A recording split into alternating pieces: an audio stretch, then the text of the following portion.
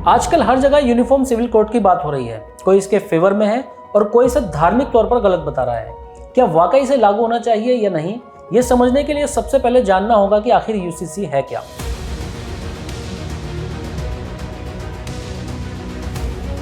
Uniform civil code यानी समान नागरिक संहिता।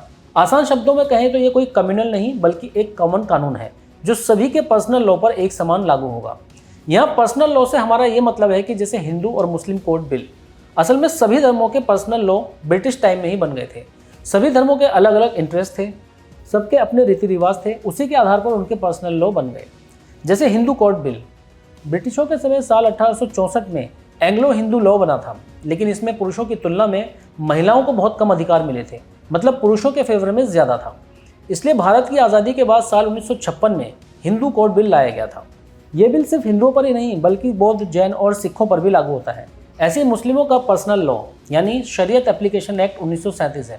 हालांकि 3 तलाक के मुद्दे को लेकर साल 2019 में मुस्लिम महिला विवाह अधिकार संरक्षण बिल लाया गया, जिसके तहत 3 तलाक को कानूनन अपराध माना जाता है। इसी तरह पारसी और ईसाई कम्युनिटी के भी अपने पर्सनल लॉ हैं। अगर यूसीसी लागू होता है तो वो इन सब सिविल लॉ की जगह लेगा।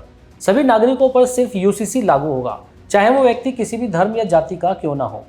जैसे पूरे देश में हर नागरिक के लिए एक क्रिमिनल कोड है, लेकिन हर किसी को तो क्रिमिनल कोड की जरूरत नहीं पड़ती, मतलब ये सिर्फ क्रिमिनल्स पर ही लागू होता है। ठीक वैसे ही इस यूसीसी की जरूरत भी सिर्फ उन्हें ही होगी जहां शादी, तलाक, गोद लेना और ज़्यादात को लेकर विवाद होंगे। अब सवाल ये उठता है कि जब ये कानून सभी को एक बराबर लेकर आएगा तो इस पर इतना विवाद क्यों? आइए समझते हैं। शादी और तलाक। यूसीसी के तहत कोई भी व्यक्ति, चाहे महिला हो या पुरुष, एक समय में एक ही शादी में रह सकता है, मतलब डाइवोर्स के बाद ही दोबारा शादी की जा सकती है। वो समय बीत चुका है जब राजा महाराजा या कुछ लोग 2-3 शादियां करते थे, लेकिन आज की जनरेशन एक शादी बहुत मुश्किल से कर रही है। शादी में 2 लोग, 2 परिवार जुड़ते हैं। परिवार में जब सब चीज़ें सही चल रही होती हैं तब हमें किसी कानून की ज़रूरत नहीं पड़ती। वैसे भी आज की जनरेशन लव मैरिज और लिव इन को ज़्यादा प्रेफरेंस दे रही है और जाति और धर्म भी इनके लिए ज़्यादा मायने नहीं रखते। कानूनी तौर पर भी हमारा सिस्टम इस सब को स्वीकार कर रहा है और यही कारण है कि यूसीसी की ज़रूरत पड़ रही है, ताकि इंटरकास्ट या 2 अलग धर्म के लोगों में हो रही शादी और तलाक के मामले आसानी से सुलझ सकें।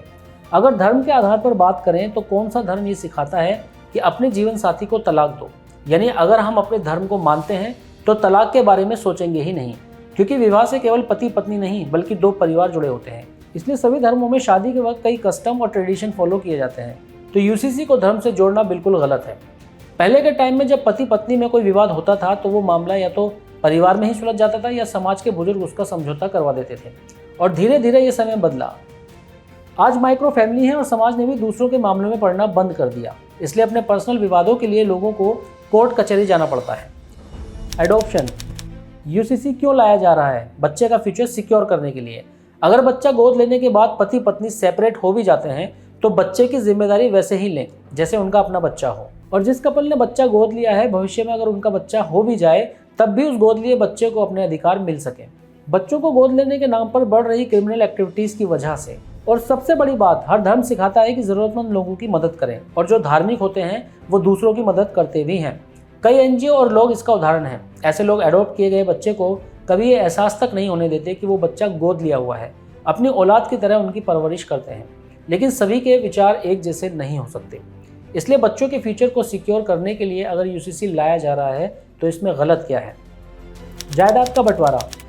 जैसे जैसे परिवार बड़ा होता है तो बंटवारा होना स्वाभाविक है, लेकिन अगर ये म्यूचुअल अंडरस्टैंडिंग से हो जाता है, यानी परिवार के बड़े बुजुर्ग पहले से ही अपनी विल बना लेते हैं, तो पूरा परिवार उसे एक्सेप्ट कर लेता है और कोई लड़ाई झगड़ा नहीं होता। लेकिन अगर पहले से विल नहीं बनी है तो माता पिता की मौत के बाद संपत्ति के लिए बच्चे आपस में झगड़ते हैं। असल में यहाँ बात सिर्फ विल के बारे में लोगों को अवेयर करने की है। हमारे समाज में ऐसी धारणा है कि पेरेंट्स के नहीं रहने पर ऑटोमेटिकली उनकी संपत्ति बच्चों के नाम हो जाएगी, और इसलिए ज़्यादातर लोग विल बनाने की सोचते भी नहीं है, जिसका नतीजा आपस में लड़ाइयाँ। ऐसे में वन नेशन के आधार पर वन लॉ यानी यूसीसी कानून बनता है तो उस परिवार के लिए भी सही है और देश के लिए भी।